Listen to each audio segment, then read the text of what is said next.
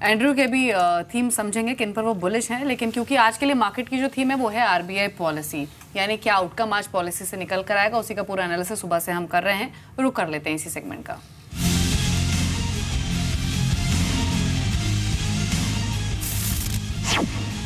So RBI has to do everything possible to make sure that inflation doesn't suddenly spike, and therefore RBI will always keep a cautious stance.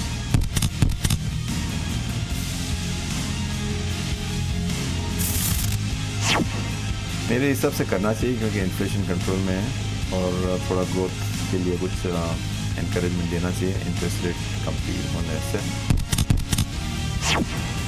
मुझे लग तो नहीं रहा कि अभी rate cut इतने जल्दी होगा, थोड़ा वेट एंड वॉच होगा टू सी इन्फ्लेशन का क्या हाल है, मॉनसून का क्या हाल है। चलिए, तो जो बड़ी खबर है इस समय वो ये है कि सरकार की तरफ से बड़ी स्ट्रॉन्ग पेशकश की गई है आरबीआई को कि ब्याज की दरें अगर संभव हो तो घटनी चाहिए या फिर एटलीस्ट जो स्टांस है वो थोड़ा सॉफ्ट होना चाहिए, इतना हॉकिश नहीं होना चाहिए। इसकी वजह भी है, इन्फ्लेशन कंट्रोल में है, सॉफ्ट है, जीडीपी काफ़ी सॉफ्ट हो गया है, खासकर Q4। आलोक हमारे संवाददाता हमारे साथ इस समय जुड़े हैं और आलोक, इनफैक्ट जो इंडिकेशन फाइनेंस मिनिस्ट्री से भी है वो यही है कि सरकार की तरफ से स्ट्रॉन्ग पेशकश हुई है रेट कट के लिए। बिल्कुल, देखिए सरकार में जितने भी लोग हैं इस वक्त जो हमारी बातचीत हो रही थी कल वित्त मंत्रालय में, आला अधिकारियों का मानना था कि इस वक्त बहुत जरूरत है कि कम से कम 100 बेसिस पॉइंट की कटौती हो। हालांकि ये बहुत ज्यादा है, वो ज्यादा एक्सपेक्ट कर रहे हैं आरबीआई से, लेकिन जो एक अभी जो एक्सपर्ट की राय है तमाम, जिसमें ये कहा जा रहा है कि आरबीआई की तरफ से कोई इस बार कटौती नहीं देखी जाएगी, लेकिन वित्त मंत्रालय में एक अलग सी फीलिंग है। आलोक,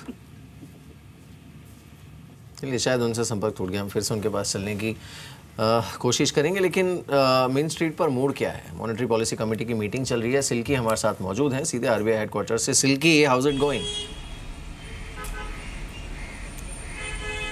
जी, जैसा हमने अपने पोल्स कंडक्ट किए थे और तमाम जो पोल्स कंडक्ट किए गए हैं अब तक इकोनॉमिस्ट और ब्रोकर्स के साथ, उससे एक बात तो साफ है कि ज़्यादातर इकोनॉमिस्ट और ब्रोकर्स ऐसा मान रहे हैं कि इस बार भी स्टेटस को मेंटेन किया जाएगा आरबीआई की तरफ से। हालांकि जो संकेत हैं, जो रिस्क बताए गए थे आरबीआई की तरफ से पिछली पॉलिसीज़ में, जिसमें इन्फ्लेशन को सबसे मुख्य कारण बताया गया था रेट्स को होल्ड करने के लिए, उस पर अभी नरमी होते हुए दिख रही है। जिस तरह के आंकड़े आए हैं इन्फ्लेशन के, वो 3% से नीचे हैं खुदरा महंगाई दर, और जीडीपी के आंकड़े भी 6.1% हैं, जो कि काफ़ी ग्रोथ के हिसाब से अगर देखा जाए तो काफ़ी लो ग्रोथ है। और इन तमाम जो आंकड़े हैं उनके ऊपर आरबीआई का स्टैंस क्या रहता है, ये एक सस्पेंस बना हुआ है। और पर फिर भी ये कहना गलत नहीं होगा कि लोग अभी भी स्टेटस को ही मानते हैं कि स्टेटस को ही इस पॉलिसी भी मेंटेन किया जाएगा।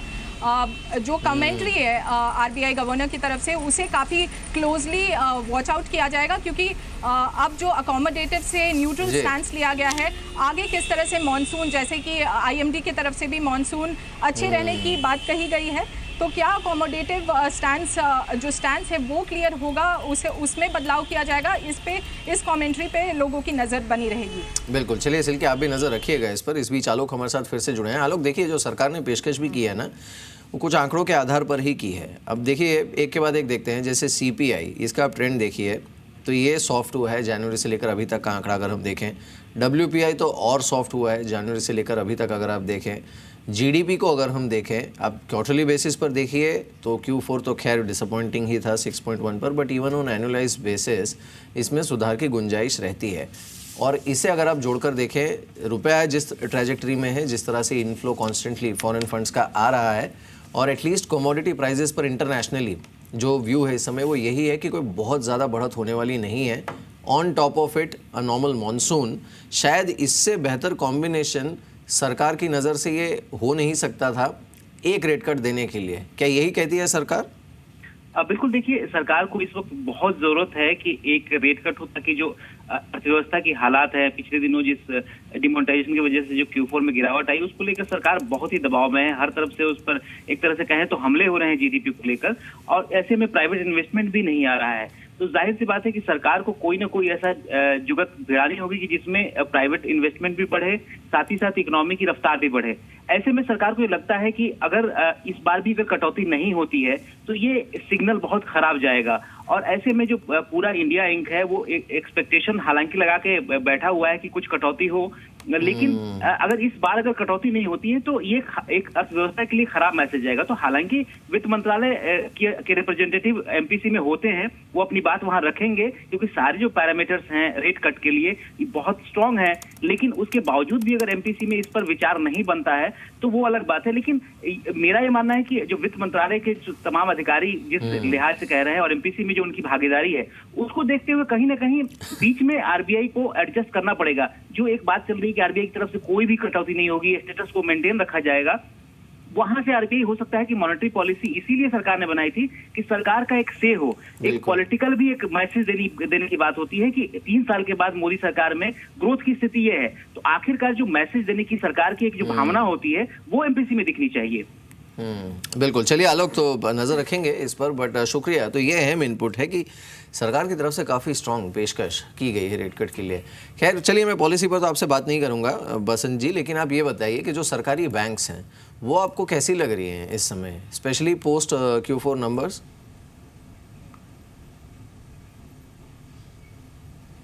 सरकारी बैंक्स तो ये हाल है कि आप लीजिए और बेचिए, आप लेकर रख नहीं सकते 5 साल 10 साल। तो जो ट्रेडर है उनके लिए बढ़िया है, मूवमेंट अच्छा है, मोमेंटम अच्छा है, आप लेते हैं बेचते हैं। हर साल ये बैंक्स 3 से 4% मार्केट शेयर खोती हैं प्राइवेट बैंक्स को।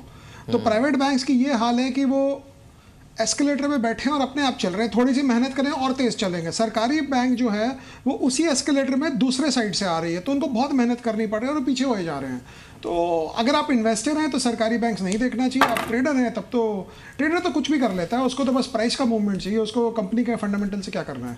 तो वो हिसाब से हम तो कभी लेते भी नहीं सरकारी बैंक, ना कभी देखते हैं, देखते ज़रूर हैं आगे पीछे घूमते फिरते हैं, तो वो हिसाब से। ठीक है, चलिए यहाँ से सीधे रुक कर लेते हैं आज के सुपर शेयर का।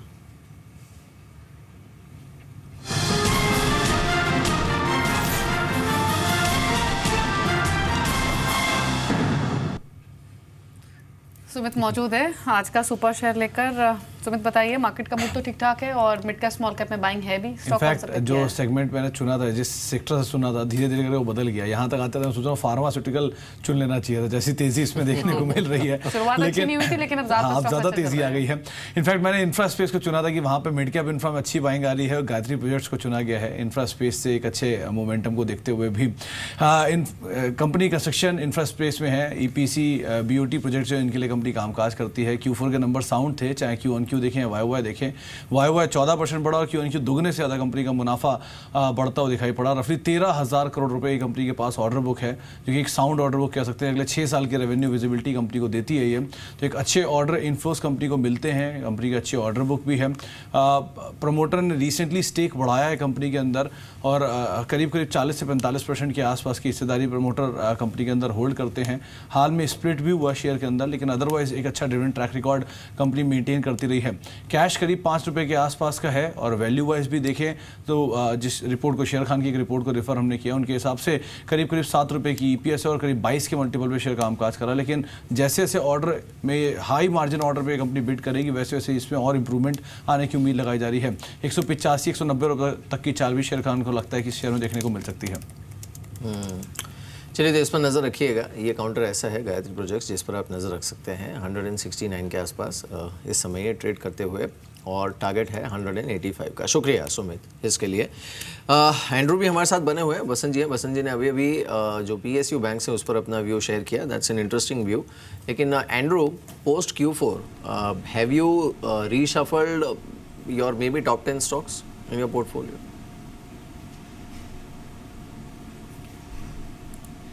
No, we continue with the same sectors, FMCG, which we expect a huge re-rating over the next 1 to 2 years. We've kept with the private banks, we've kept with housing finance companies, and selective autos, and that's really our core portfolio. We remain hugely negative on pharma, IT, telecom, and PSU banks. Mister Maheshwari, housing finance companies पर आप पहले से काफ़ी bullish हैं, लेकिन recent run up के बावजूद भी क्या वैल्यूएशन कंफर्ट आपको मिल रहा है? पहला सवाल। और दूसरा ये कि पिछले 4-5 महीने में रिटेल स्टॉक्स में काफ़ी एक्टिविटी दिखी है और क्रेडिट जाता है डीमार्ट की लिस्टिंग को, और वो वाइब्रेंसी अभी भी बनी हुई है। अब कुछ नए ट्रिगर्स क्रिएट हुए हैं, जैसे कि GST रेट्स जो कि आए हैं। अभी कर क्या रहे आप रिटेल स्पेस में? ये रिटेल स्पेस में तो जो हम लिए हम चुप से बैठे हैं, कुछ नहीं कर रहे हैं, बिकॉज हमारा व्यू 2-3-4 साल का है। तो शेयर बढ़ जाए घट जाए वो दूसरी बात है। हाउसिंग फाइनेंस में देखिए, जो बुल मार्केट का लीडर होता है वो कभी आपको कंफर्टिंग वैल्यूएशन पे नहीं मिलता है। अभी भी नहीं, 8 साल पहले, 16 साल पहले, 20 साल पहले वो कंफर्टिंग वैल्यूएशन पे अगर आपको मिल रहा है, मतलब वो बुल मार्केट का लीडर नहीं है। वो महंगा ही लगेगा और महंगा होता जाएगा। इसमें एक चीज़ ध्यान रखने की, कभी भी हमारा जो रनअप हुआ है बुल मार्केट स्टॉक्स के, वो 6 साल के हुए हैं। अब 94 से 2000 ले लीजिए इन्फोसिस, 2002-3 से 2008 L&T ले लीजिए, यूनिटेक ले लीजिए, या जितने इंफ्रास्ट्रक्चर कंपनीज ले लीजिए, 2009 से 2015 सन फार्मा ले लीजिए, पेज इंडस्ट्रीज ले लीजिए, इसमें हम लोगों ने काफ़ी इन्वेस्ट किया था और पैसे बने थे हमारे, सारे फार्मा स्टॉक्स ले लीजिए। 6 साल के बाद वो खेला ख़त्म, पैसा हजम तो नहीं होता है, लेकिन क्या होता है उसमें कि मार्केट सब कुछ डिस्काउंट कर देता है। तो अगर आप हाउसिंग फाइनेंस कंपनीज देखिए तो इनकी तेजी 2013 से स्टार्ट हुई है, तो मुझे लगता है 2019-2020 तक ये तेजी चलेगी। बहुत ब्रॉड स्केल में बता रहा हूँ, कोई रिकमेंडेशन नहीं है ऑब्वियसली यहाँ पे। 2022 में हाउसिंग फॉर ऑल होए नहीं होए, मार्केट उसको 2019 और 2020 में ही प्राइस कर देगी। तो जो भाव 2022 के होने चाहिए आपको 2019 और 20 में मिलेंगे। तो वो सोचते हुए मुझे लगता है ये स्टोरी अभी लंबी चलेगी और कम से कम 2-3 साल तो और चलेगी। और लेकिन 3 साल में आपको ये भी हो सकता है कि आपको 5 साल के पैसे बन जाए 3 साल के अंदर। तो वो ब्रॉड थीसिस रखना चाहिए, क्योंकि पिछली हिस्ट्री देखते हुए 6 साल में ही सब कुछ हो जाता है। कंपनियां चलती है, कंपनियां 50 साल रहेगी, 30 साल रहेगी, लेकिन शेयर बाजार के असली मलाई के पैसे 6 साल में बनते हैं, जहाँ 50-60% CAGR पैसे बनते हैं। तो वो हिसाब से देखना चाहिए। और रिटेल में तो हमारे पास एक ही स्टॉक है जो आपने बोला डिस्क्लोजर है, रिकमेंडेशन ये डीमार्ट। बिल्कुल। चलिए, शुक्रिया बसंत जी हमारे साथ इस बातचीत में शामिल होने के लिए। Thanks for joining us.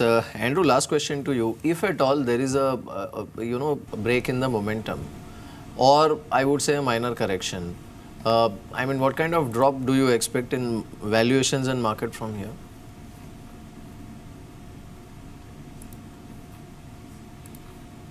I think kind of looking at the risks that we see on the table at the moment, maybe a 5% correction.